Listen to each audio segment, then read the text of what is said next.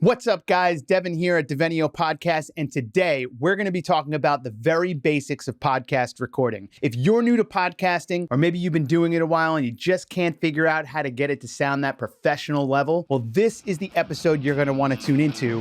Stick around.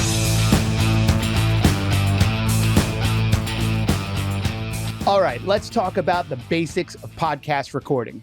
And I know many of you are super excited to get into all of the gear and the microphones and all of that stuff, and I promise we're going to get there. But first, we're going to talk about signal flow. And if you can wrap your head around this very basic concept of signal flow, it's going to make your whole life easier in the future. Whenever we're recording a podcast or troubleshooting an issue, it all comes back to this signal flow. So if we can understand this, we're golden. So what is signal flow really?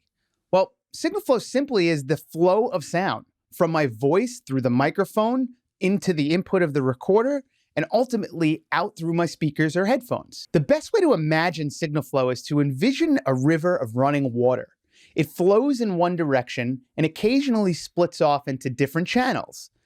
Sometimes those channels will converge. They'll come back into one channel in one river. Sound flows exactly the same way. And as sound travels through the signal flow, there are 7 points that we really should be paying attention to. Now, we'll cover each of these 7 points in different videos in and of themselves, but just for a quick overview, the sound source. The sound source is literally the person speaking and the environment that they're in.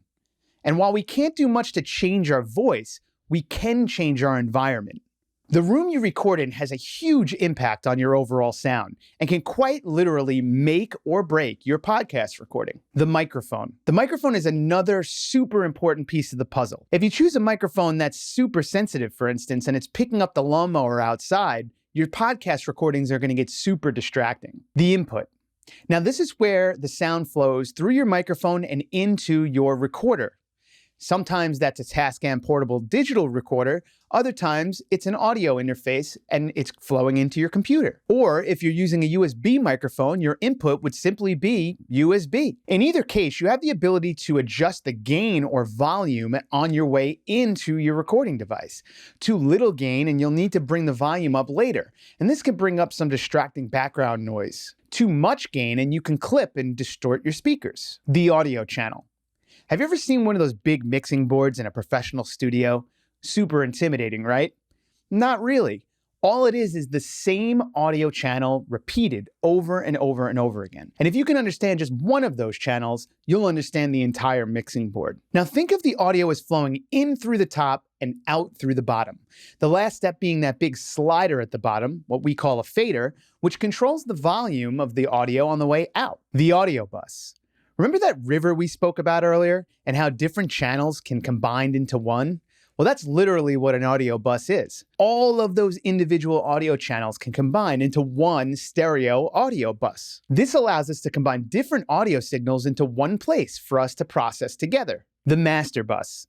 This is literally what it sounds like. It's a master bus that combines all of your audio channels into one final audio bus. This gives us one last opportunity to process our audio all in one channel. The output. This is the final step of the signal chain. The audio will flow out of your master bus and out through your speakers or headphones or wherever else you choose. You have the ability to choose where your output will feed the signal. Now, as you can see, we have the ability to manipulate the audio at each one of these 7 different points, and we'll cover each of these in their own videos in the future. Now, if you want to learn more about each of these stages of the signal flow, be sure to subscribe so you don't miss a video. And be sure to check out our blog and podcast for more great podcasting tips. Thanks for tuning in. We'll see you next time.